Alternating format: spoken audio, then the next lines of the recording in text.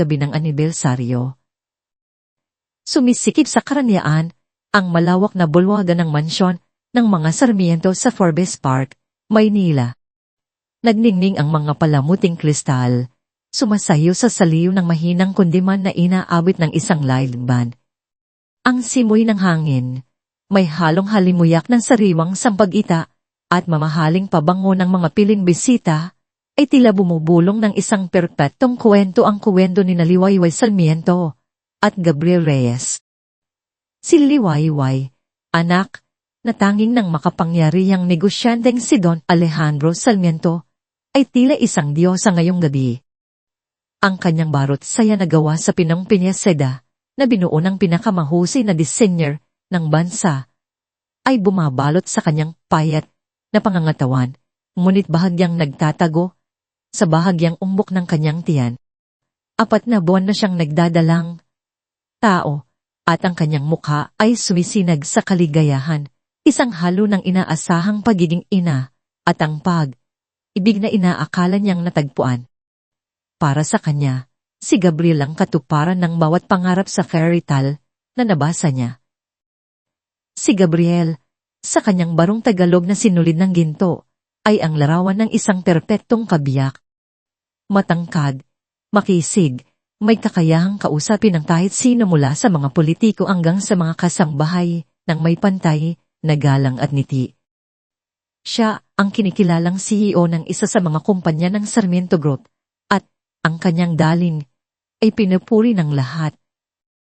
Sa bawat paghawak niya sa baywang niliwayway, sa bawat bulong niya ng matatamis na salita, o sa bawat paghahik niya sa buhok nito, tila pinapatunayan niya sa mundo ang lalim ng kanilang pag-ibig. Ang mga bisita, ang mga matataas na personalidad, sa lipunan at negosyo, ay bumubulong ng paghanga, naglalarawan sa kanila bilang ang golden couple ng henerasyon. Nasa unang hilera, si Manang Elena, ang yaya ni Liwayway mula pa noong bata pa ito, ay nakaupo ng tahimik. Ang kanyang mga mata, na sumasalamin sa karunungan ng pagtanda, ay sinubaybayan ng bawat galaw ni Gabriel. Nagkaroon siya ng isang kakaibang kutob, isang bahagyang lamig sa kanyang puso, sa tuwing nakikita niya ang labis na kasiglahan ni Gabriel. Ngunit itinaboy niya ang pakiramdam na yon. Masaya ang anak ko, dapat masaya rin ako, pulong niya sa sarili, habang pinipilit ng ngumiti. Ngunit ang anino ng pag-aalinlangan ay nanatili, isang bahagyang kulubot sa pagitan ng kanyang mga kilay. Kinagabihan, matapos ang masayang salo, umakyat na ang mag-asawa sa kanilang silid. Ang tawa at hiyawan sa ibaba ay unting humina, napalitan ng malambing na play ng piano mula sa sala. Ngunit ang espiritu ng pagdiriwang ay nanatili sa hangin. Mahal, ang ganda mo ngayong gabi, bulong ni Gabriel, habang naghahalik sa balikat ni Liwayway habang hinumubad nito ang kanyang hikaw sa harap ng salamin. Ang mga kamay niya ay gumapang sa kanyang baywang at pinisil ang umbok ng kanyang tiyan. Ang ating munting anghel, magiging kasing ganda mo. Ngumiti si Liwayway, ang kanyang puso ay puno ng pagmamahal. May inihanda akong sorpresa para sa iyo, mahal, sabi niya, sabay talikod at kinuha ang isang eleganteng kahon mula sa aparador. Naisip kong baka kailangan mo ito. Habang iniabot ang kahon, napansin niya ang briefcase ni Gabriel na nakapatong sa isang sofa. Naisip niya baka pwede niyang ilagay doon ang regalo para mas maging praktikal. Hindi niya naman balak silipin, gusto lang niyang ilagay ang regalo sa loob. Maingat niyang binuksan ang zipper. Doon niya nakita ang isang makapal na folder na hindi karaniwang nakasulat sa mga dokumento ni Gabriel. Silangan, bayani, nakasulat sa harapan na may kasamang kakaibang logo.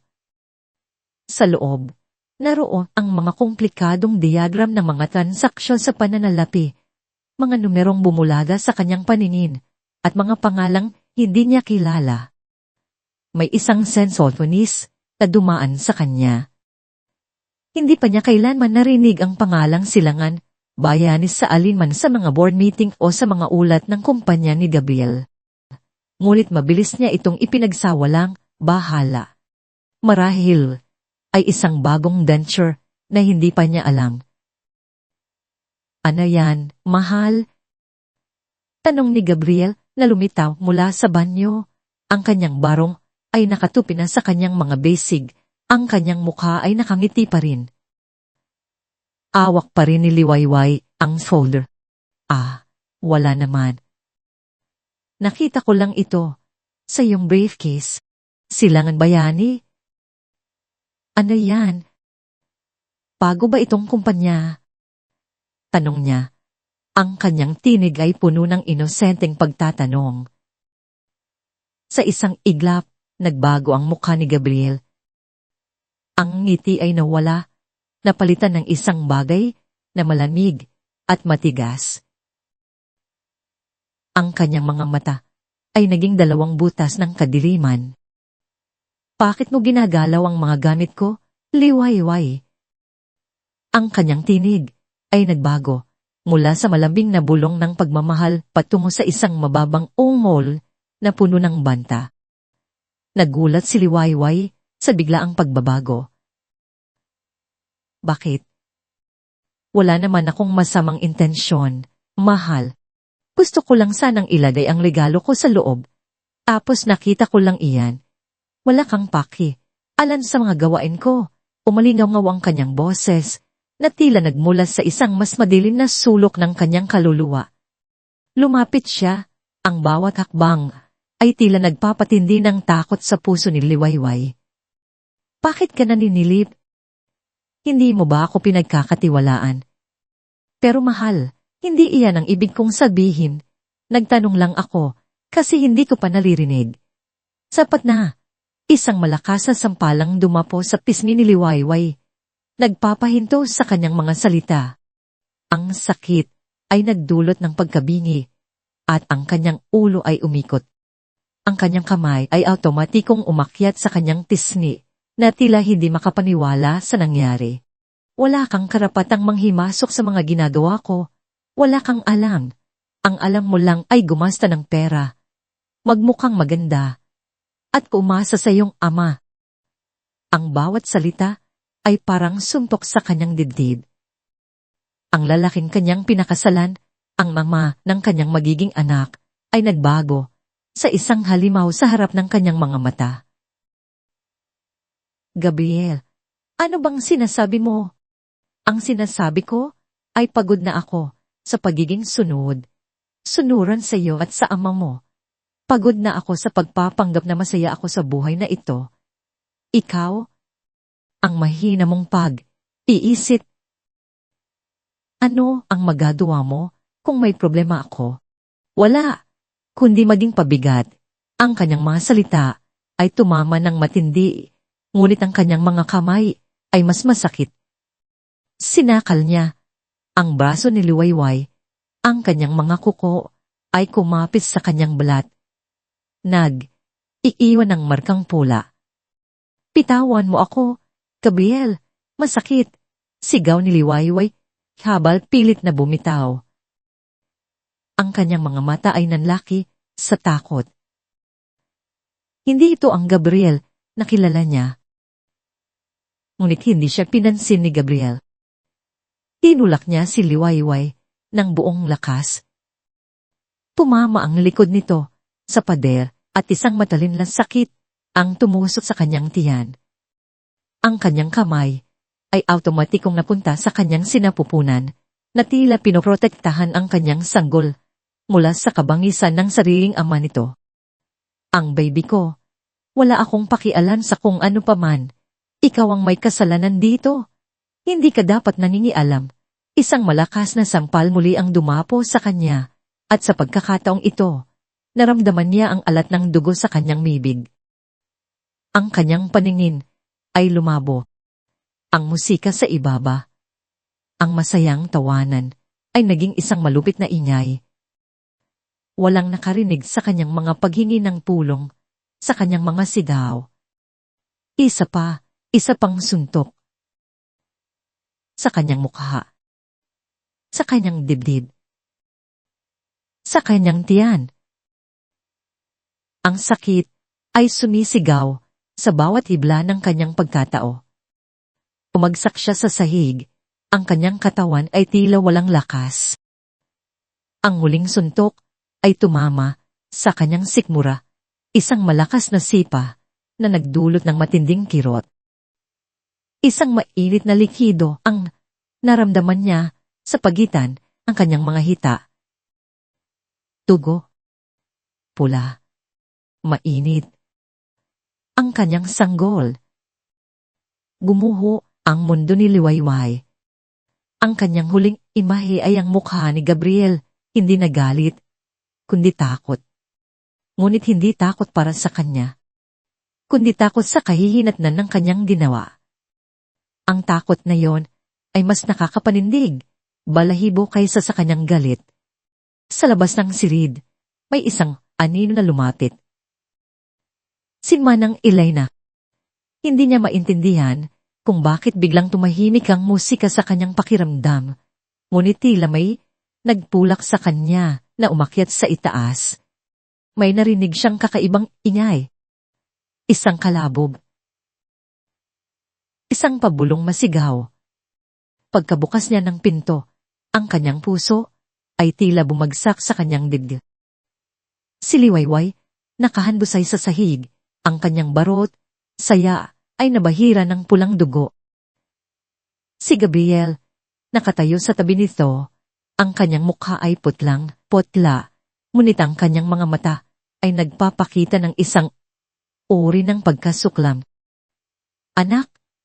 Liwayway! Sigaw ni Manang Elena at dali siyang lumapit. Sinubukan niyang yakapin si Liwayway, ngunit pinigilan siya ni Gabriel. Manang, huwag kang mangialam. Aksidente lang ito. Nagalit lang siya. Nagulat lang ako. Detensa ni Gabriel. Ang kanyang boses ay naninginig. Aksidente. Aksidente yan. Anak ko, ang apo ko, naluksa si Manang Elena.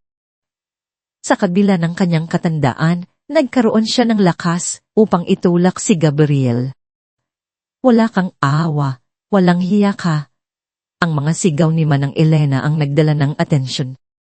Ang ilang kasangbahay na nagsimula ng magligpit sa ibaba ay unting umakyat. Nakita nila ang nakakapanindig, balahibong eksena. Ang dugo, ang walang malay na si Liwayway. Ang naguguluhang si Gabriel. Kaagad na tinawagan ni Manang Elena ang mga pulis at si Don Alejandro. Ang pagtawag sa kanyang Panginoon ay ginawa niya ng may nanginginig na mga kamay, ngunit ang determinasyon sa kanyang boses ay matatag. Sinabi niya ang lahat ng kanyang nakita. Wala pang ilang minuto, dumating si Don Alejandro. Ang kanyang mga mata, karaniwang kalmado at may kontrol, ay nagliliyab sa galit. Anak ko, ang kanyang sigaw ay halos humalingaw sa buong mansyon. Nakita niya si Liwayway, nakargado na ng mga paramedic at mabilis na isinakay sa ambulansya. Ang dugo. Ang kanyang tanging anak. Ang kanyang apo. Ang kanyang galit ay isang nakakakilabot na puwersa. Gabriel Reyes, ang pangalan ay lumabas sa kanyang bibig na tila isang soma. Mga tauhan, arestuhin ang taong yan. I-freeze ang lahat ng kanyang account. Lahat. Block ang bawat sentimo niya. Gusto kong makita siya sa kulungan bago pa man umaga. Ang mga mata ni Don Alejandro ay paranyelo. Ang kanyang buong network ng impluwensya at kapangyarihan ay kaagad na umanda. Hindi lang ito tungkol sa hustisya. Ito ay tungkol sa paghihiganti. Para sa kanyang anak. Para sa kanyang apo na hindi man lang niya nakilala. Si Gabriel na nakikipag ugnayan sa mga pulis, ay sinubukang depensahan ang kanyang sarili. Kun Alejandro, nagkamali po kayo, hindi ko po sinasadya. Nagalit lang po si Liwayway. Nawalan po siya ng kontrol sa kanyang damdamin. Nagtatanggol lang po ako. Ang kanyang boses ay tila isang sirang plaka. Walang epekto sa galit na mukha ni Don Alejandro. Ngunit ang kanyang mga salita ay walang saysay. Ang mga pasas sa mukha at katawan ni Liwayway na naitala ng mga paranedit ay nagsalita ng mas malakas kaysa sa kanyang mga kasinungalingan. At ang matatag na pahayan ni Manang Elena na detalyadong inilarawan ng kanyang nakita at ang kanyang kutob tungkol kay Gabriel ay tuluyang nagpabagsak sa depensa nito. Nariyan din ang ebidensya ng pagdurugo ni Liwayway. Ang kanyang pagkawala ng sanggol. Si Don Alejandro ay lumapit kay Gabriel. Ang kanyang matandang mata ay puno ng pagkamoy. Kung ano man ang nagawa mo sa anak ko at sa aking apo, ipapangako ko sa iyo, Gabriel. Pabayaran mo ito ng pinakamahal. Pipiliin mo na lang sanang hindi ka na ipinanganak. Ngayon, alisin niyo siya sa aking paningin. Dinala si Gabriel ng mga tauhan ni Don Alejandro at ng mga pulis. Ang kanyang mukha ay puno ng takot. Ngunit huli na ang lahat. Ang gabi ng anibersaryo, na dapat ay puno ng pagdiriwang, ay naging gabi ng trahedya. Ang gintong hawla na pinaninirahan ni Liwayway ay naging isang madubong bilangguan, at ang pagmamahal na kanyang pinaniniwalaan ay naging isang nakamamatay na lason. At ang kanyang kaluluwa, kasama ng kanyang walang malay na anak, ay nasira. Nakalutang si Liwayway sa isang malalim na kawalan, tila isang bangka na nawawala sa gitna ng malawak at madilim na karagatan. Ang kanyang silid sa ospital ay puti, seril, at tahimik, ngunit sa loob ng kanyang isip, isang bagyo ng sakit at pagtataksilang walang humpay na bumubulwak. Ang bawat tibok, ang kanyang puso, ay tila pumapatak na luha. Para sa isang buhay na hindi na niya mahahawakan, para sa isang kinabukasan na nawasak sa isang gabi. Ang mga pasa sa kanyang katawan ay dahang naghihilom, iiwan ng mga kulay, lila, at dilaw na bakas ng karahasan. Ngunit ang sugat sa kanyang kaluluwa ay malalim na, halos hindi na niya maramdaman ang anumang bagay kundi ang walang hanggang pagkabigo. Nakatitig siya sa kisame. Ang kanyang mga mata ay blangko, walang emosyon. Ang tunog ng mga aparato sa paligid niya, ang malambing na bulong ng hangin mula sa aircon, ang dahang pagbukas at pagsaran ng pinto lahat ay tila malayo, tulad ng mga alaala ng kanyang dating buhay. Ang kanyang inaasahang pagiging ina, ang kagalakang bumalot sa kanya sa loob ng 4 na buwan, ay naglaho na, iwan ng isang butas na tila hindi na kailanman mapupunan.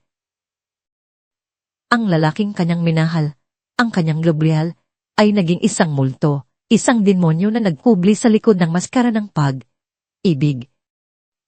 Ang pag-iisip pa lamang tungkol sa kanya ay nagdudulot ng isang kakaibang halo ng takot, galit, at pagkasuklam. Hindi niya maintindihan kung paano nangyari ang lahat. Paano niya nasaktan ng ganito ang sarili niyang anak? Si Don Alejandro, na nakaupo sa tabi ng kanyang kama, ay nagmamasid sa kanya ng may nakakapahindig, balahibong sakit. Ang kanyang mukha, nakaraniwang matigas at walang emosyon sa harap ng mundo ng negosyo, ay ngayon ay puno ng aalala at pagdurusa.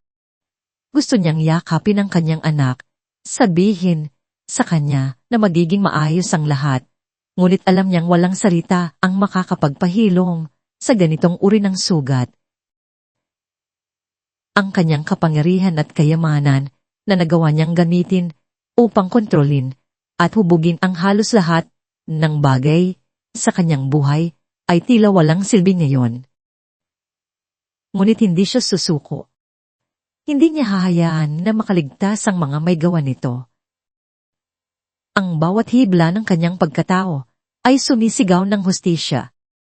Sa labas ng silid ni Liwayway, ang mundo ng negosyo ng Sarmiento Group ay nagkakagulo. Ang utos ni Don Alejandro na hanapin ang lahat ng dumi ni Gabriel ay siniseryoso. Ang kanyang kupona ng mga pinagkakatiwalaang tagapayo at financial analysts na pinamumunuan ng matalas na si Ate Ramirez ay nagtatrabaho ng walang tigil. Ang mga mata nila ay nakadikit sa bawat spreadsheet, bawat bank statement, bawat email. Ang mga opisina ay tila isang pukyutan ng aktibidad. Ngunit sa likod ng lahat ng iyon ay mayroong malamig, matalin na paghahanap ng katotohanan. Ang unang bahagi ng kanilang paghahanap ay nagpatunay sa pinakamasamang takot ni Don Alejandro. Ang pagkawala ng bilyong pesos mula sa iba't ibang kumpanya ng Sarmiento Group ay hindi isang simpleng kaso ng maling pamamahala. Ito ay isang detalyado, maingat na planadong pagkuha na isinagawa sa loob ng mga buwan, kung hindi man mga taon. Sir, ang perang ito ay dumaan sa isang labilin ng mga shell corporation. Karamihan ay nakarehistro sa mga tax haven at may mga pangalang tila walang koneksyon sa isa't isa. Paliwanag ni Ate Ramirez habang naglalatag ng isang napakalaking chart sa boardroom kable. Ngunit may isa na ulit na lumalabas. Ito ang silangan, Bayani. Ang pangalan na binanggit ni Liwayway bago nangyari ang trahedya. Silangan Bayani, bulong ni Don Alejandro.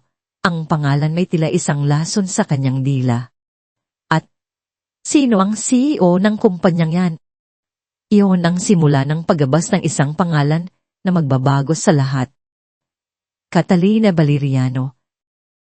Sa una, ipinapalagay na siya ay isang kabit, isang kasintahan ni Gabriel na ginamit upang makalusok sa mga transaksyon. Ngunit habang mas lumalalim ang pagpuhukay, mas nagiging malinaw ang kanyang papel. Hindi lamang siya isang kasintahan, siya ang utak sa likod ng silangan, Bayani, at ng marami pang ibang kumpanya na kasangkot. Ang kanyang resume ay kahanga, isang matalas na negosyante na may kakayahang bumuo ng mga imperyo mula sa wala. Ngunit ang kanyang koneksyon kay Gabriel ay nagbigay ng isang mas madilim na konotasyon. Hindi siya mukhang isang simpleng kabit, Don Alejandro, komento ni Asi Ramirez, habang nagpapakita ng larawan ni Catalina sa screen. Isang babaeng maganda, matikas, may mga mata na tila mayroong lalim ng kagatan at lamig ng yelo.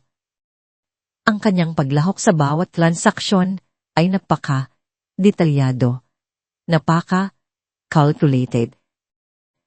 Tila siya ang nagtatakda ng mga hakbang at si Gabriel ang sumusunod. Isang kakaibang kutob ang gumapang sa puso ni Don Alejandro. Ito ay hindi lamang isang kaso ng pagnanakaw. May mas malalim pa rito. Samantala, sa tahimik na sulok ng mansyon ng Sarmiento, si Manang Elena ay nabubuhay sa takot. Ang kanyang mga kamay ay nanginginig pa rin sa tuwing naaalala niya ang gabi ng trahedya, ang duguan na imahe ni Liwayway ang nakakatakot na galit sa mata ni Gabriel.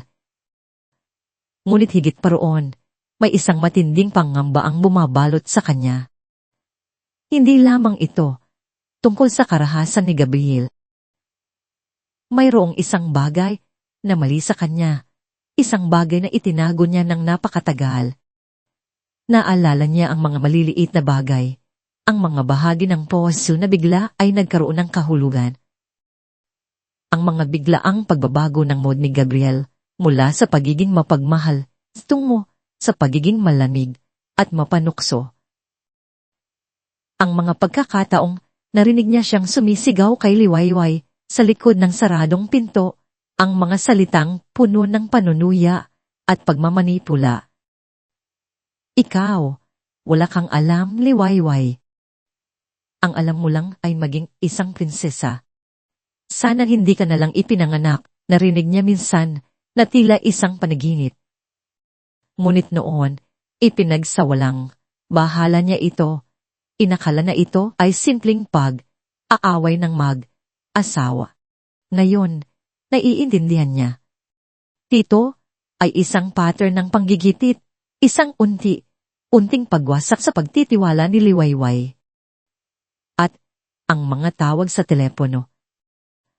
Maraming beses, narinig niya si Gabriel, nakausap ang isang babae sa telepono. Ang kanyang boses ay malambing at nagmamadali na parang nagpaplano ng isang bagay. Huwag kang mag-alala, Catalina. Malapit na. Unti nang bumibigay ang mga sarmiento, narinig niya minsan na tila isang anino sa madaling araw. Noong una, inakala niyang nagpaplano lang ng isang sorpresa para kay Liwayway.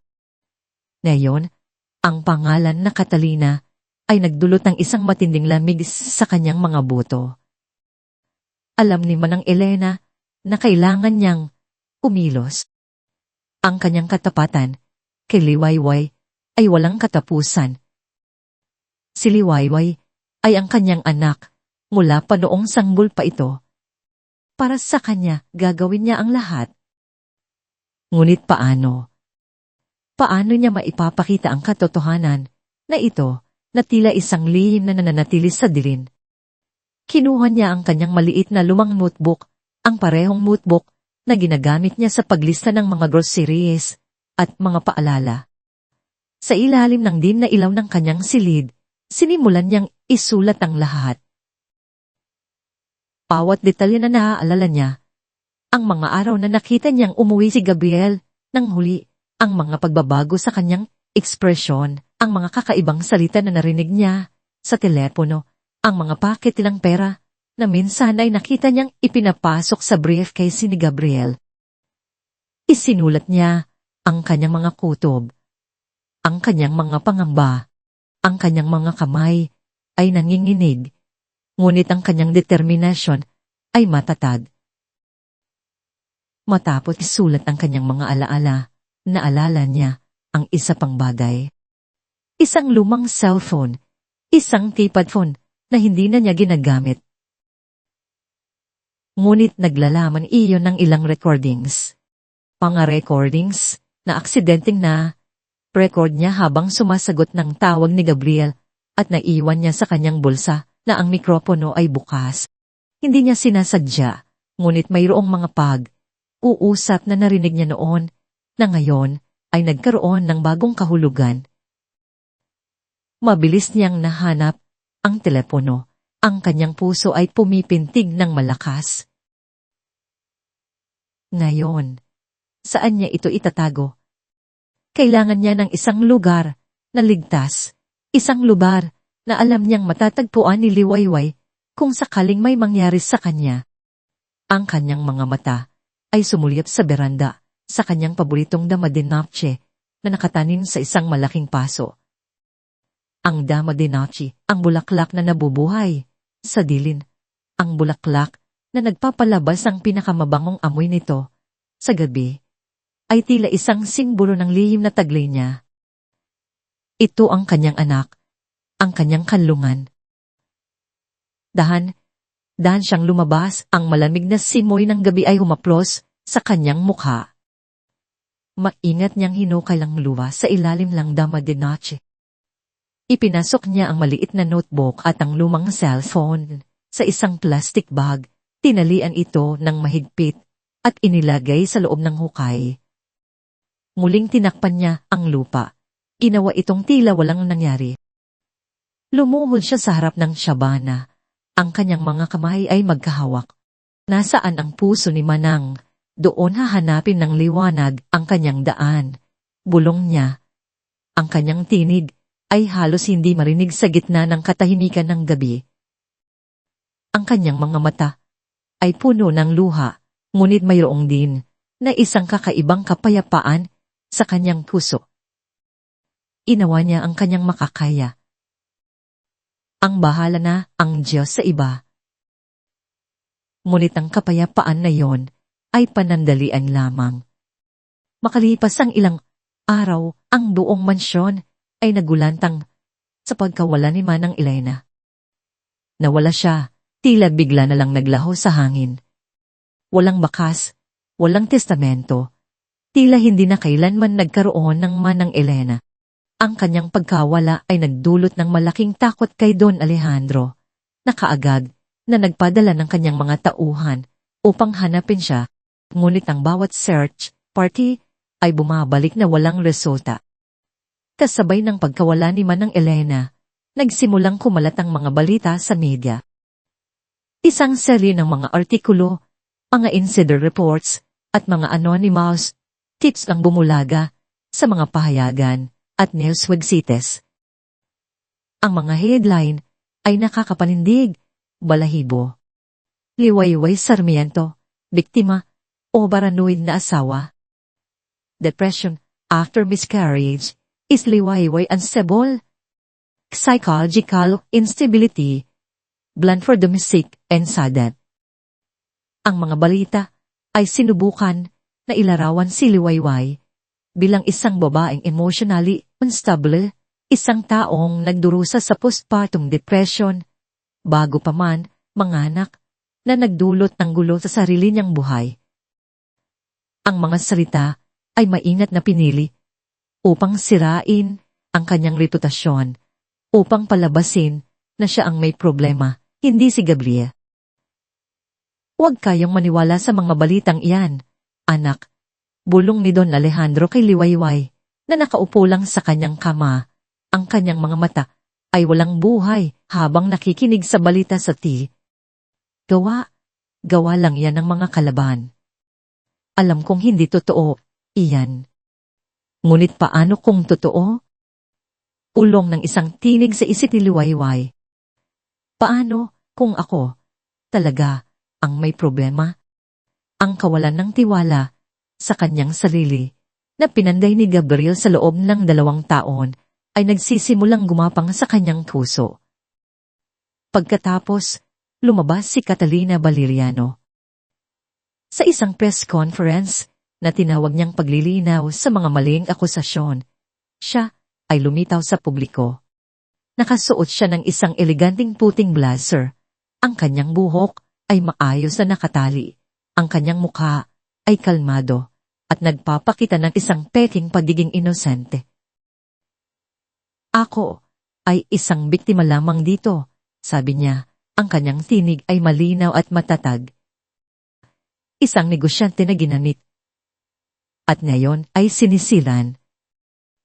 Ang aking kumpanya, Silangan Bayani, ay isang lehitimong negosyo at ako ay handang harapin ng anumang paghahanap ng katotohanan. Isang biktima ng paninira, bulong ng isang reporter habang nakatingin kay Don Alejandro sa TV. Valeriano, bulong ni Don Alejandro. Ang kanyang puso ay biglang kumalabog. Ang pangalan ay parang isang lumang sugat na muling nagbukas. Ramon Valeriano. Ang bawat hibla ng kanyang pagkatao may biglang nagkaroon ng kahulugan. Ang lamig sa mata ni Catalina, ang kanyang matalas na isip, ang kanyang maingat na planado na pagditat. Hindi ito simpleng kaso ng pagnanakaw o pagtataksil. Ito ay mas malalim pa, mas madilin. Sa mga sumunod na araw, ang buong katotohanan ay unting lumabas. Si Catalina Valeriano ay hindi lamang isang negosyante. Hindi lamang siya ang utak sa likod ng pagnanakaw. Siya ang anak ni Ramon Valeriano, isang dating katunggali sa negosyo ni Don Alejandro, na binuwag niya sa loob ng isang gabi, 20 taon na ang nakakaraan. Naalala ni Don Alejandro ang lahat. Ang matinding paghaharap, ang walang awan niyang desisyon na sirain si Ramon Valeriano, ang pagbagsak ng buong imperyo ng Valeriano na nagdulot ng kahirapan sa kanilang pamilya. Hindi niya pinagsisihan noon. Ito ay negosyo. Ngayon, ang kanyang mga pagkilos ay bumalik upang saktan siya. Ang buong plano ni Catalina ay isang maingat na pinaghandaang paghihiganti. Hindi lamang siya interesado sa pera, sa pagkuha ng Sarmiento Group. Nais niyang sirain ang pamilya ni Don Alejandro. Nais niyang maramdaman ni Liwayway ang parehong sakit, ang parehong pagkawala, ang parehong kawalan ng pag-asa na naranasan ng kanyang pamilya. Inagamit niya si Gabriel bilang isang kasangkapan, isang papet sa kanyang mapanlilang na laro. Ang pagtataksil, ang pagkawala ng sanggol, ang pagkasira ng buhay ni Liwayway lahat ay bahagi ng kanyang plano. Ang revelasyong ito ay nagdulot ng isang matinding gulo sa puso ni Don Alejandro. Ang paghihiganti ay isang nakakatakot na puwersa at ngayon ang kanyang tanging anak ang nagbabayad para sa kanyang mga kasalanan sa nakaraan. Ang kanyang galit ay nag-aalab, ngunit kasama nito ay mayroong din na matinding pagsisisi. Ngunit ang pinakamasakit na bahagi ay ang patuloy na pagdurusa ni Liwayway. Habang lumalabas ang mga balita tungkol sa kanyang mental instability, nagsimula siyang makatanggap ng mga package. Mga maliit na kahon na nakabalot sa plain brown paper, walang nagpadala. Sa loob, naroon ang maliliit na sapatos ng sanggol na minsan ay puno ng dugong peke o mga dugo ang dami ng sanggol. Ang bawat pakete ay may kasamang isang sulat.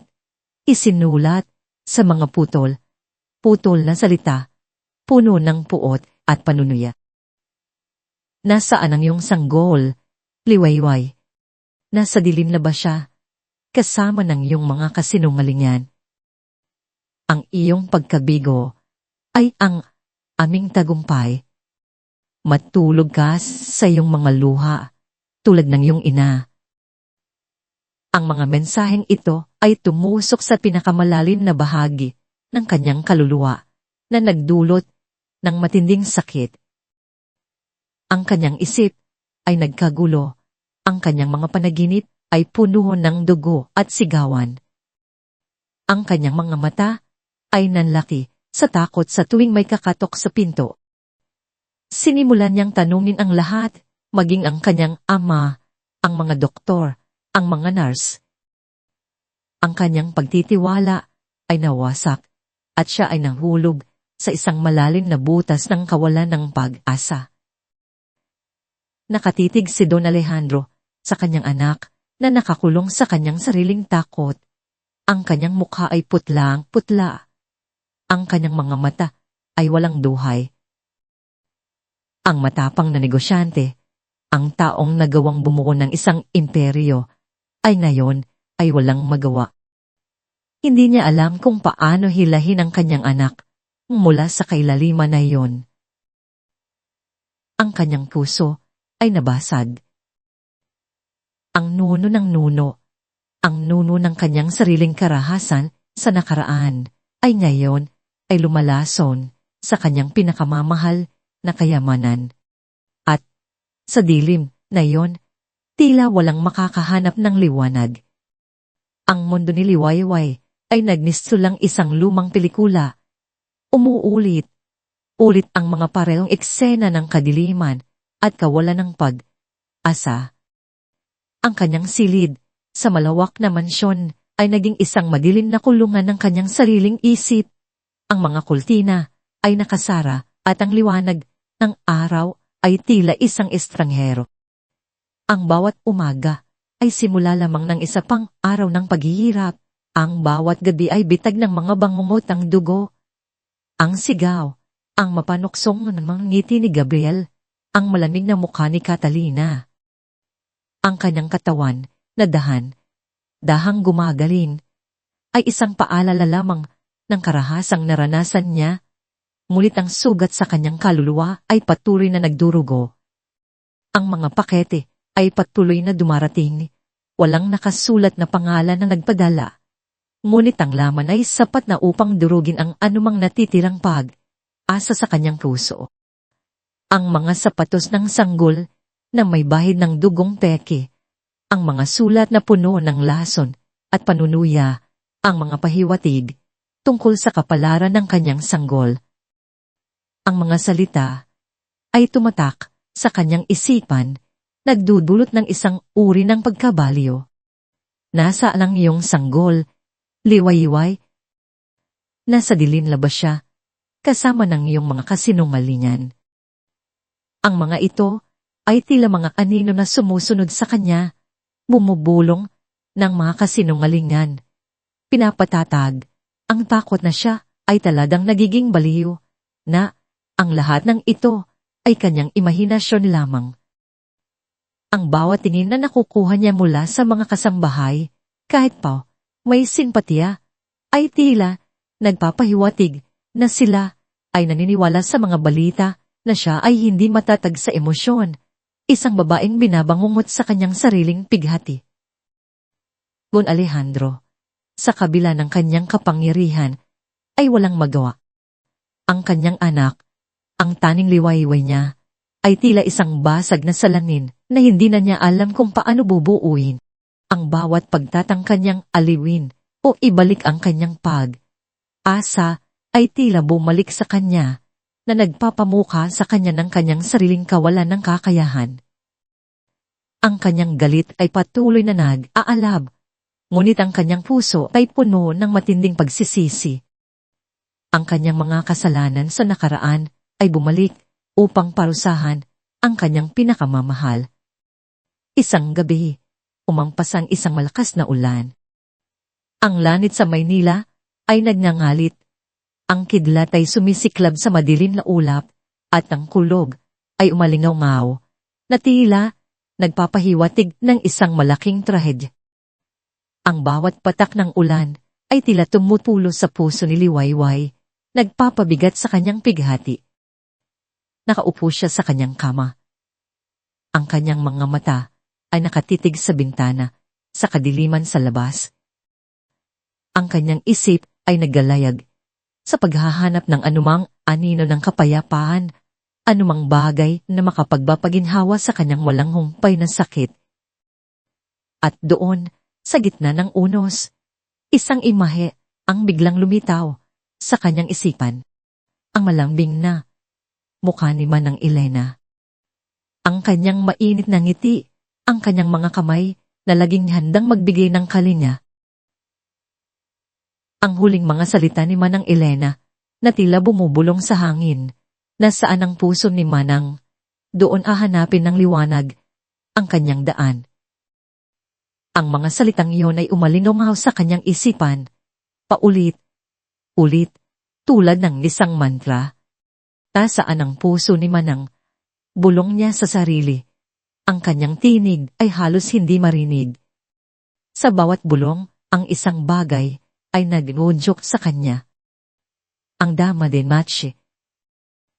Ang paboritong halaman ni Manang Elena, nakatanim sa isang malaking paso sa beranda. Ang bulaklak na namumukadkad sa gabi, ang bulaklak na tila nagtatago ng mga lihim sa kanyang halimuyak.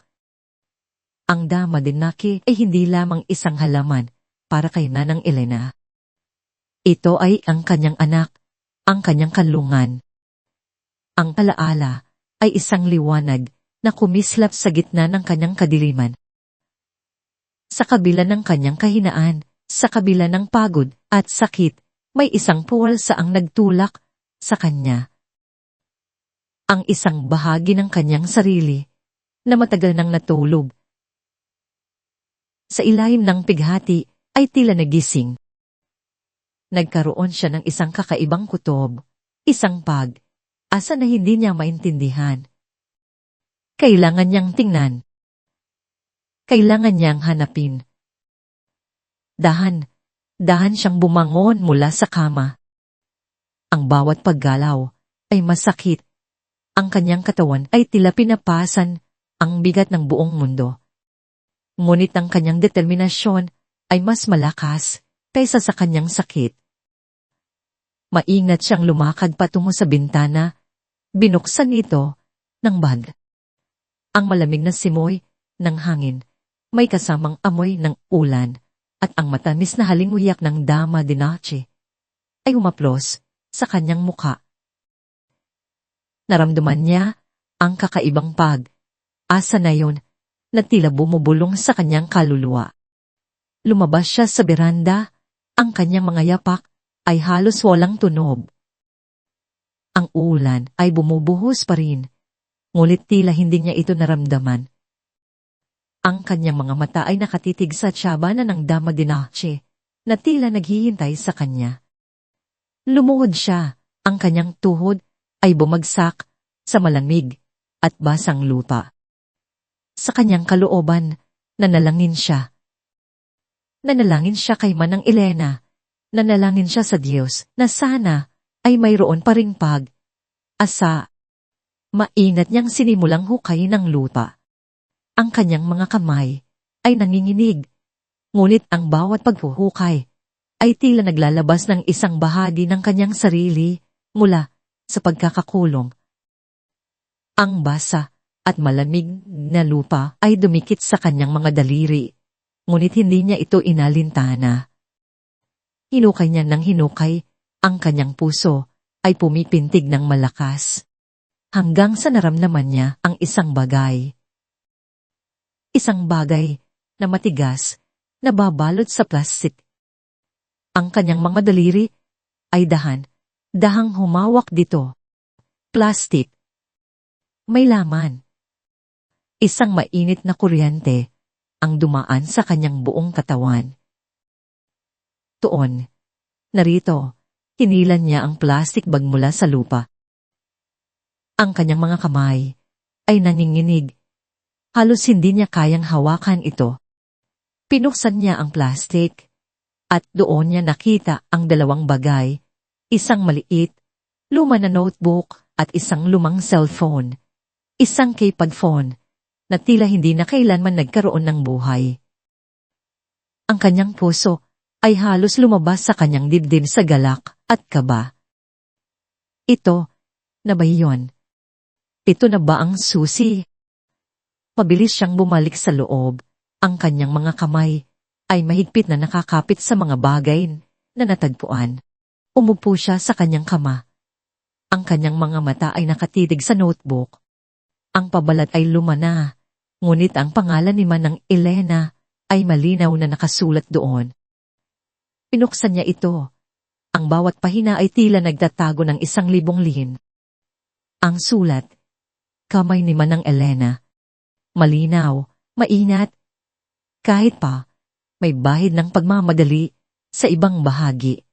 Sa bawat pahina, naroon ang mga detalye. Marso 15, narinig ko si Gabriel na sinisigawan si Liwayway. Mga salitang masakit. Puro panunuya. Wala kang alam, Liwayway. Ang alam mo lang ay maging isang prinsesa. Ang puso ko ay kumirot. Pari 22, nakita ko si Gabriel na may kausap sa telepono. Isang babae. Catalina, narinig kong sabi niya. Ang kanyang boses ay malambing, ngunit mayroong kakaibang lamig. Mga plano, mga numero. Ang kanyang mga mata ay tila nagliliwanag sa kasamaan. Mayo 10, may mga sobra akong nakita, puno ng pera. Pinasok niya sa kanyang briefcase. Mga kakaibang pangalan. Pangakumpanyang hindi ko naririnig sa Sarmiento Group. Julio, isa, ang mga pagbabago sa mood ni Gabriel ay lalo pang lumalala. Kung minsan, parang mabait na asawa siya. Ngunit sa likod ng mga pintuan, isa siyang demonyo. Ginagamit niya ang mga salita upang durugin ang anak ko. Wala kang tiwala sa sarili mo, Liwayway. Ikaw ang may problema. Ang anak ko ay unting nawawala. Kinakabahan ako. Agosto de Damdoro, nagtatago ako ng cellphone. Narinig ko ang mga uusap. Mga plano. Ang isang babae, si Catalina, ang tila nagtatakda ng lahat. Sinabi niya, gusto kong makita ang sarmiento na masira. Gusto kong makita ang liwayway na magdusa tulad ng ginawa ng ama niya sa amin. Ang bawat salita ay tumagos sa puso ni Liwayway, nagbubunyag ng isang katotohanan na mas masakit kaysa sa kanyang naisip. Hindi lamang siya biktima ng karahasan ni Gabriel. Siya ay biktima ng isang mainad na planadong paghihiganti. Ang kanyang manang Elena, ang simpleng babae na laging nagmamalasakit sa kanya, ay naging kanyang tagapagligtas. Ang mga luha ay bumuhos sa kanyang mga mata, hindi na luha ng pighati, kundi luha ng galit at isang bagong pagtuklas ng lakas. Pagkatapos, kinuha niya ang lumang cellphone. Ang kanyang mga daliri ay naninig habang sinubukan niyang buhayin ito. Sa awa ng Diyos, umilaw ito. Ang mga recording, isa niyang pinakinggan. Ang bawat boses. Ang boses ni Gabriel nanginginig sa takot, ngunit puno ng kasamaan. Catalina, sigurado ka ba? Paano kung mahuli tayo? At ang malamig, matatag na boses ni Catalina, puno ng kasiguruhan, huwag kang alala, Gabriel. Ginawa ko na ang lahat. Ang liwayway na iyan ay mahina. Madali siyang durugin. Tulad ng pagdurog ng ama niya sa aking pamilya. Ipaparamdam ko sa kanya ang parehong sakit. Ang kanyang huling recording ang pinakamabigat. Ang boses ni Catalina, puno ng kasuklam na kagalakan. Ang plano ay perpekto. Ang anak niya ay mawawala. Ang reputasyon niya ay masisira. Ang Don Alejandro na yan ay magdurusa ng higit pa sa pagkawala ng kanyang kayamanan. Ang pagkawala ng kanyang tanging tanak ay ang pinakamabigat na parusa. Hindi niya alam kung paano siya nanghulo sa bitag. Ang Paleriano ay babalik. Napatigil si Liwayway, ang kanyang puso ay uminto sa pagtintig. Ang bawat salita ay isang saksak sa kanyang kaluluwa. Ang kanyang sanggol, ang kanyang pighati, ang kanyang pagkasira. Lahat ay bahagi ng isang malupit na laro ng paghihiganti. Ngunit kasama ng sakit, may isang apoy ang sumiklab sa kanyang puso. Isang apoy ng galit. Isang apoy ng determinasyon. Hindi na siya isang biktima. Siya ay isang mandirigma. At, para sa kanyang manang Elena, para sa kanyang anak, hahanapin niya ang hustisya. Kinaumagahan, si Don Alejandro ay nagulat nang makita si Liwayway na bumaba sa sala. Ang kanyang mga mata ay namumula pa rin, ngunit mayroon na ngayong isang kakaibang kinang sa mga ito, isang aapoy na matagal nang nawala. Ang kanyang balikat ay tumid, ang kanyang tindig ay matatag. Sa kanyang mga kamay, hawak niya ang maliit na notebook at ang lumang cellphone. Papa, ang kanyang tinig ay mahina pa rin, ngunit mayroong isang uri ng kapangyarihan sa likod nito. Kailangan mong makita ito. Ang paglantad ng ebidensya ay nagdulot ang gulat at pagkamangha sa buong pamilya Sarmiento at sa kanilang legal team. Si Ate Ramirez, ang kanilang punong abogado, ay hindi makapaniwala sa kung gaano detalyado ang mga talaniman ng Elena. Ito ay isang himala, Don Alejandro. Bulong na, ang kanyang mga mata ay nanlaki habang binabasa ang notebook. Ang bawat detalye, ang mga petsa, ang mga pangalan, ito ay sapat na upang patunayan ang kanilang pagkakasala. Don Alejandro, habang nakikinig sa mga recordings, ay naramdaman ng isang kakaibang halo ng pagmamalaki at sakit. Pagmamalaki, para sa kanyang anak, na sa kabila ng lahat ng binagdaanan ay nanatiling matatag at nakahanap ng liwanag sa dilim. Sakit para kay Manang Elena, ang kanyang tapat na kasangbahay, na nagawa ang lahat upang protektahan ang kanyang anak. At isang mas matinding galit para kina Gabriel at Catalina. Liway-iway. Bulong ni Don Alejandro, ang kanyang boses ay naninginig. Ang anak ko, napakalakas mo. Sa unang pagkakataon, sa mahabang panahon, inayaan ni Liwayway na yakapin siya ng kanyang ama.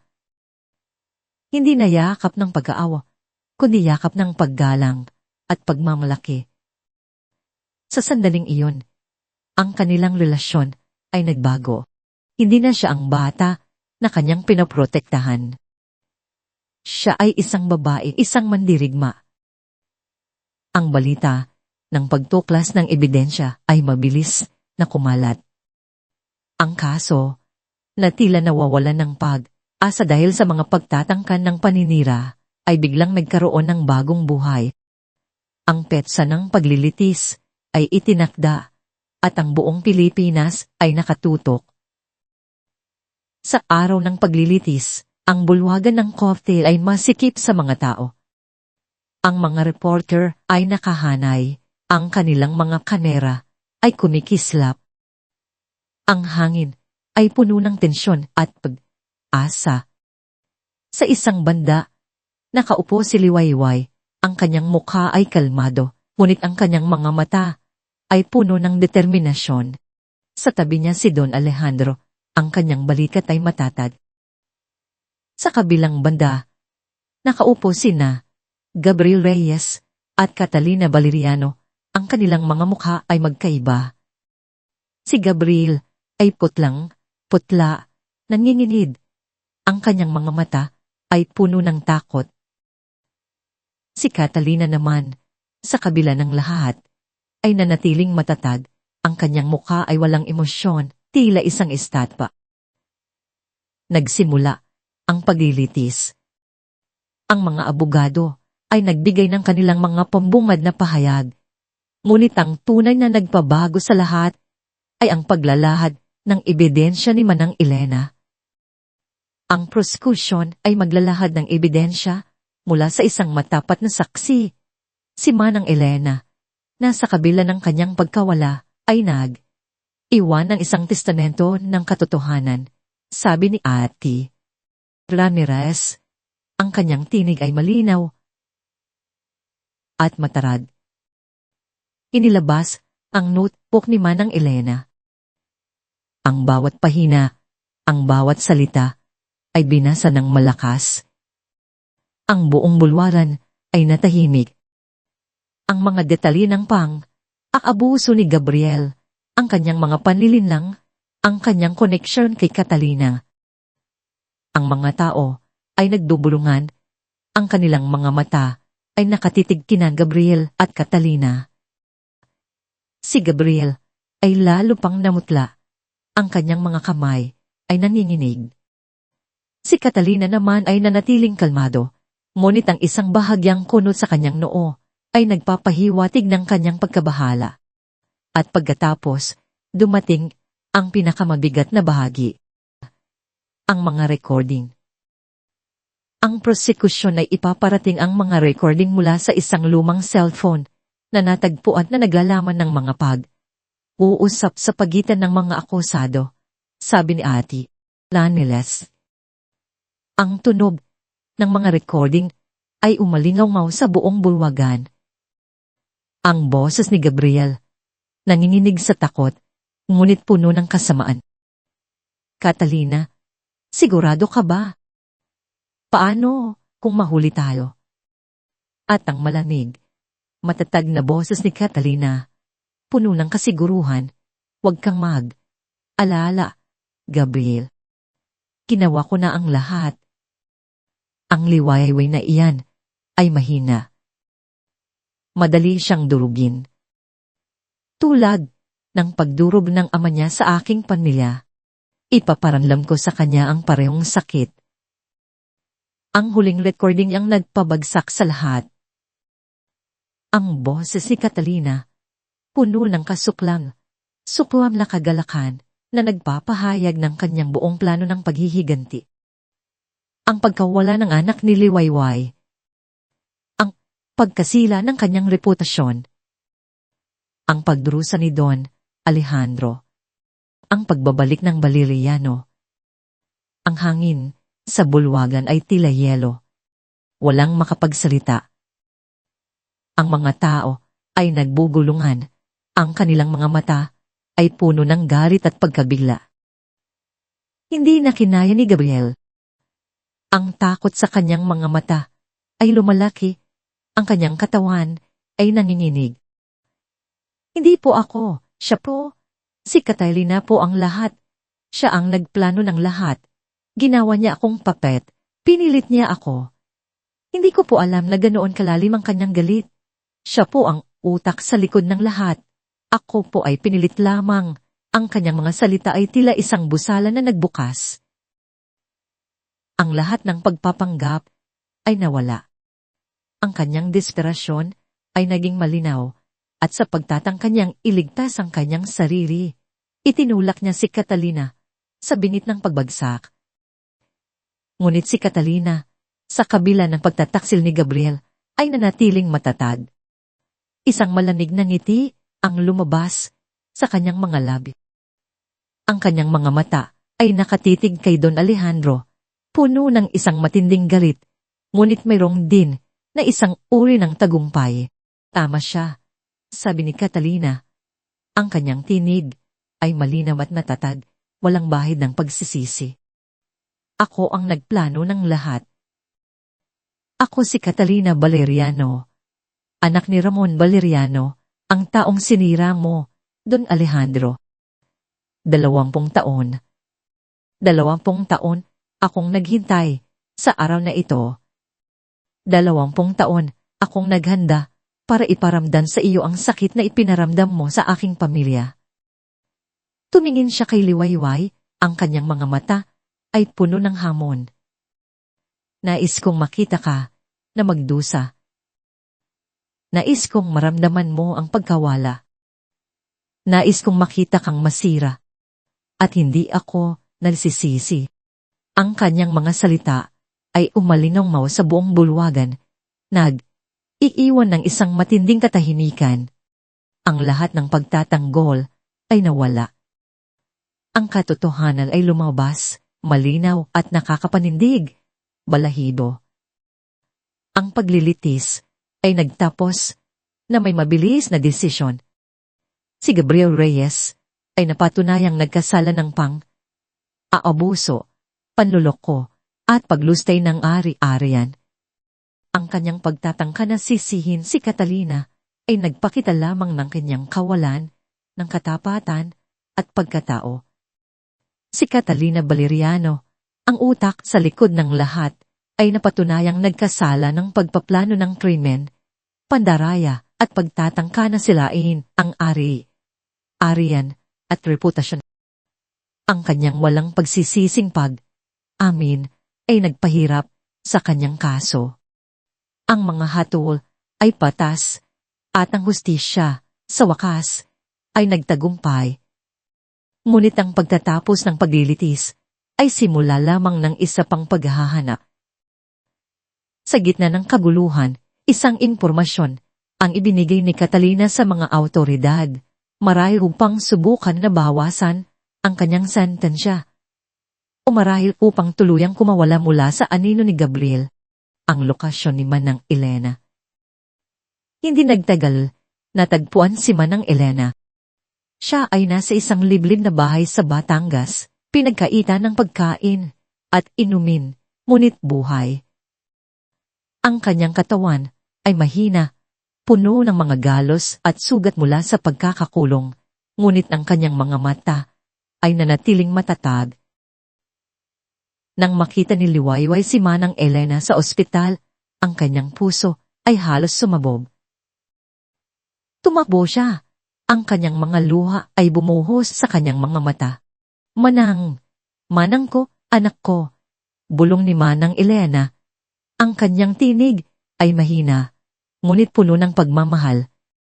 Inabot niya ang kanyang kamay at mahigpit itong hinawakan ni Liwayway. Ang muling pagsasama ay puno ng luha at pag-asa. Si Manang Elena, ang babae na nagtaguyod ng katotohanan sa dilim, ay ligtas na. Ang kanyang katapatan ay nagbunga ng hustisya. At para kay Liwayway, ang muling pagbabalik ni Manang Elena ay hindi lamang isang pagbabalik ng isang minamahal. Ito ay isang paalala na sa gitna ng pinakamadilim na sandali, laging may liwanag. At ang liwanag na yon ay nagsisimula pa lamang. Ang mga buwan matapos ang paglilitis ay tila isang mahabang, malalim na hininga para kay Liwayway. Ang galit ay humupa, ang takot ay humina. Ngunit ang mga sugat lalo na, ang mga nasa kaluluwa, ay nanatili. Ito ay hindi isang mabilis na paggaling, kundi isang proseso na puno ng pagdududa, pagluha, at unting pagbangon. Sa simula, ang bawat umaga ay tila isang paalala ng kawalan, ng isang buhay na nawala, at ng isang tiwala na nabasag. Ang kanyang silid sa mansyon ng Sarmiento, na minsan ay naging kulungan, ay dahang nagiging santuaryo, ngunit ang mga anino ng nakaraan ay nanatili. Nagsimula siya sa therapy. Linggo, nakikipag-usap siya sa isang psychologist, isang matandang babae na may malumanay na tinig at mapag-unawang mga mata. Sa simula, mahirap. Ang mga salita ay tila bumara sa kanyang lalamunan, ang mga alaala ay masakit na balikan. Ngunit sa bawat sesyon, sa bawat paglalahad ng kanyang damdamin, tila may isang bahagi ng bigat sa kanyang puso, ang unting nababawasan. Tinuruan siyang harapin ang kanyang mga takot, ang kanyang galit, ang kanyang kalungkutan. Hindi niya kailangang kalimutan ang sakit, kundi kailangan niyang matutunang mabuhay kasama nito upang maging bahagi ito ng kanyang lakas. Ang pagpapatawad, Liwayway, ay hindi para sa kanila. Paliwanag ng kanyang therapist isang araw, habang nakaupo sila sa isang maliit na hardin. Ito ay para sa iyo, upang palayain ang iyong sarili mula sa bigat ng puot na iyong pinapasan. Hindi pa siya handang magpatawad, ngunit handa siyang subukan. Handang siyang pakawalan ng galit na kumakain sa kanyang loob. Naglaan din siya ng mas maraming oras para sa kanyang sarili at sa kanyang pamilya. Nagsimula siyang magbasa muli, magpinta mga hilig na matagal na niyang kinalimutan. Ang tahimik na presensya ni Manang Elena ay laging naroon, tulad ng isang mainit na kumot. Nakaupo si Manang Elena sa tabi niya, nagtitinula ng kanyang paboritong salabat, nagbabasa ng Biblia ng tahimik, o minsan ay nagkukwento ang mga lumang kuwento ng kanilang angkan. Ang simpleng presensya ni Manang Elena ay nagbigay sa kanya ng matinding ginhawa, isang paalala ng katapatan at pagmamahal na nanatili sa gitna ng lahat ng kaguluhan.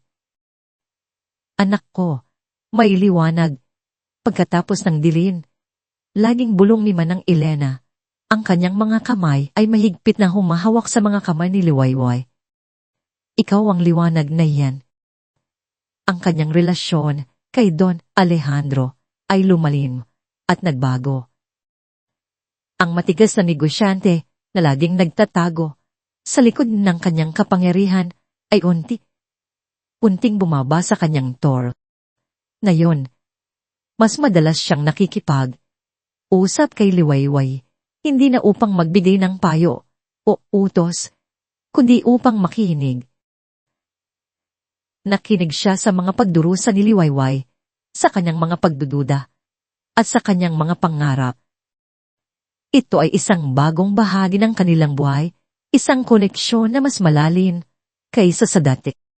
Patawarin mo ako, anak, sabi ni Don Alejandro isang hapon, Habal nakaupo sila sa beranda, nakatanaw sa mga bagaing lili na namumulaklak.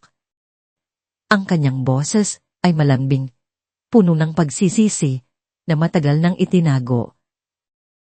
Ang aking mga pagkakamali noon. Ang aking pagiging walang awa sa negosyo. Ang lahat ng ito ay bumalik upang saktan ka. Nagulat si Liwayway. Hindi pa niya narinig ang kanyang ama na nagsasalita ng ganoon. Papa, noon, inakala kong negosyo lang iyon. Walang personalan, patuloy ni Don Alejandro. Ang kanyang mga mata ay nakatitig sa malayo.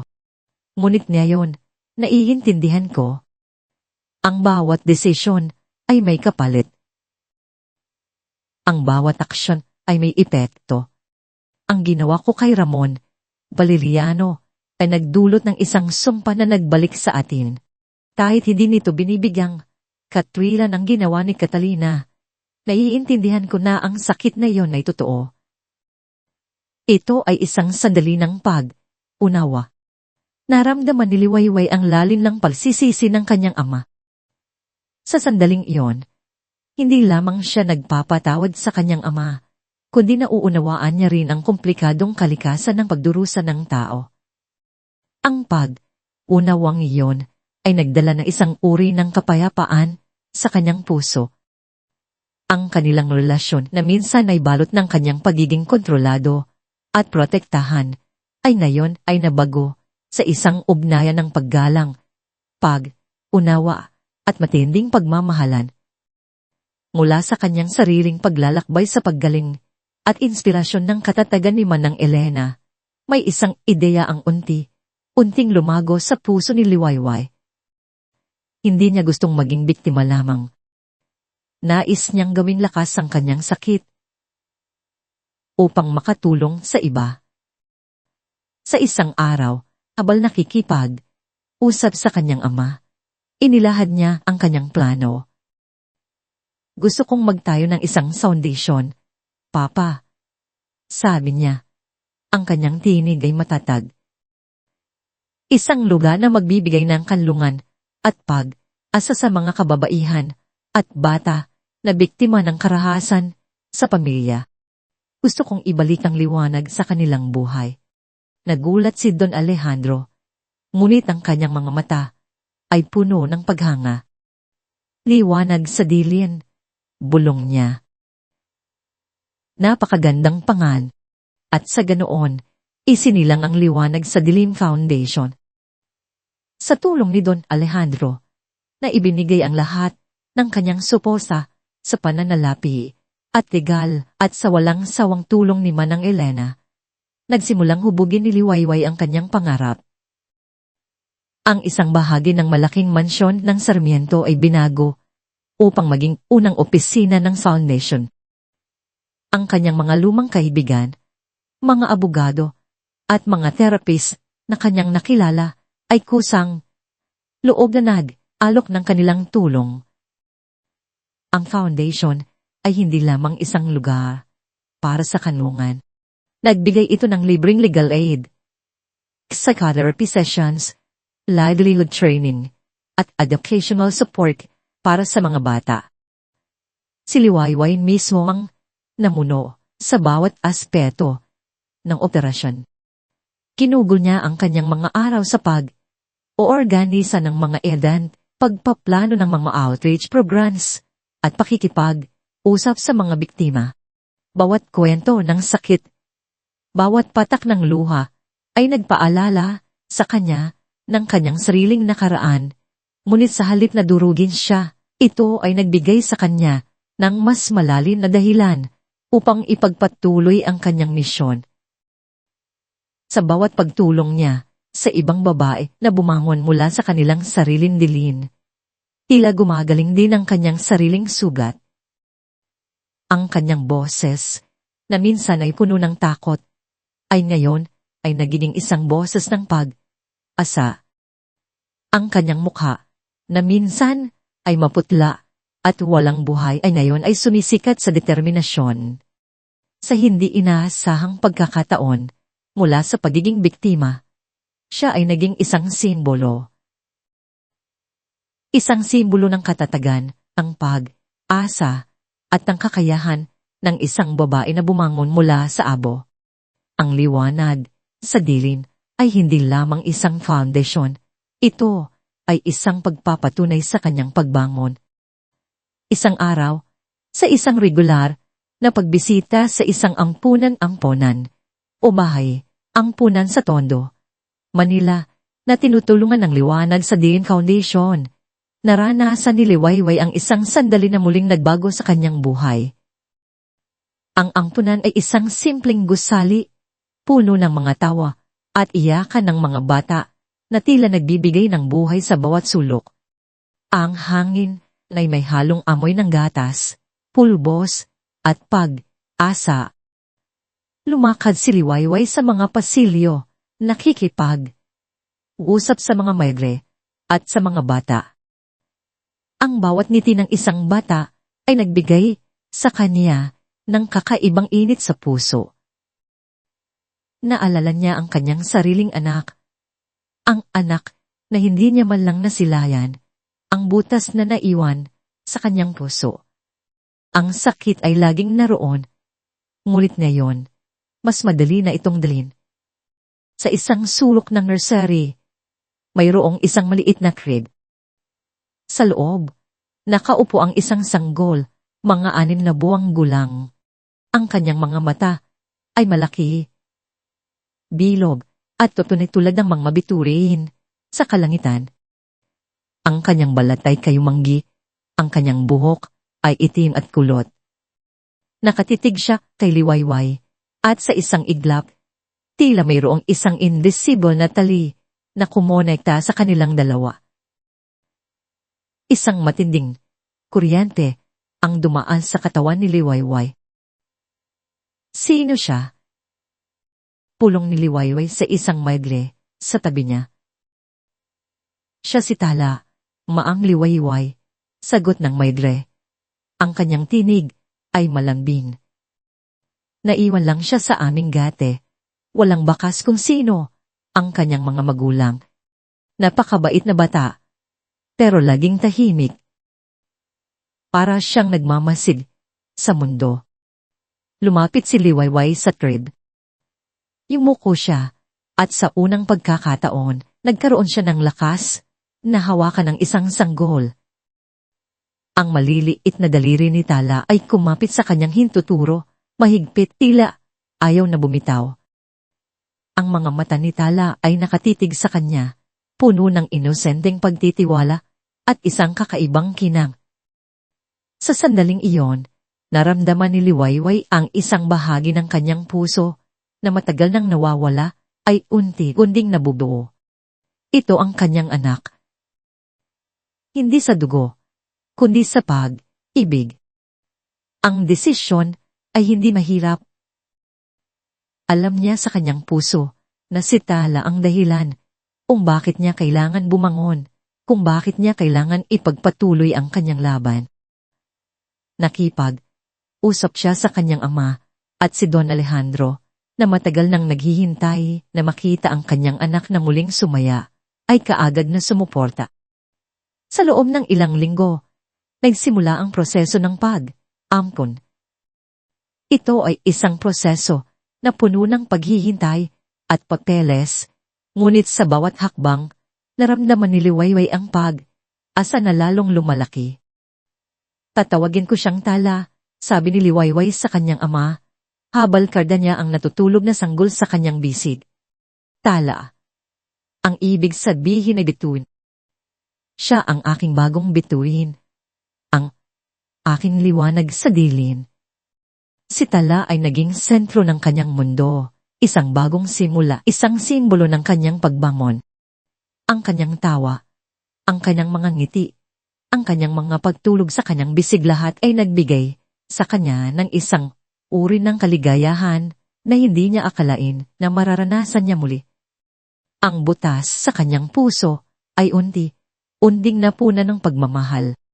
Si Tala ay hindi lamang ang kanyang anak, siya ang kanyang kaligtasan, ang kanyang pag-asa. ang kanyang inspirasyon. Ilang buwan pa ang lumipas. Isang umaga, tumayo si Liwayway sa balkonahe ng mansyon ng Sarmiento. Hawak niya si Tala sa kanyang mga bisig.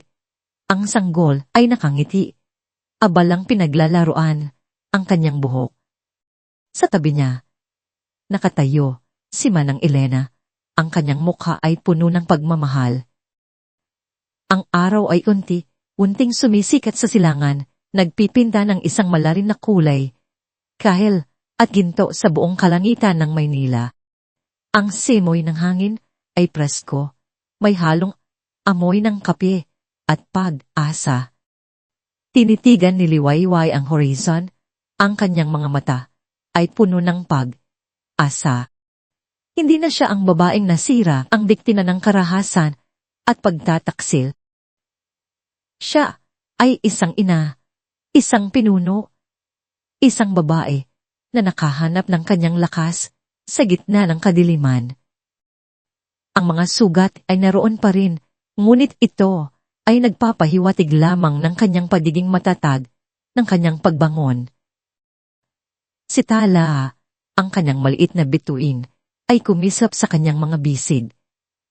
Siya ang paalala ng isang bagong simula, ng isang pag-ibig na walang hanggan. Ang liwanag sa dilim foundation ay lumalaki, tumutulong sa mas maraming kababaihan na makahanap ng kanilang sariling liwanag. Umiti si Liwayway. Ang kanyang paglalakbay ay mahaba at masakit, ngunit sa wakas, natagpuan niya ang kanyang liwanag. At hindi lamang para sa kanyang sarili, kundi para sa lahat ng mga kababaihan na nananatili pa rin sa dilim. Ang isang bagong araw ay nagsisimula na. Ang isang bagong tala ay sumisikat na. At sa wakas, narito na ang Liwayway na nararapat sa kanya puno ng pag-asa at isang matatag na puso.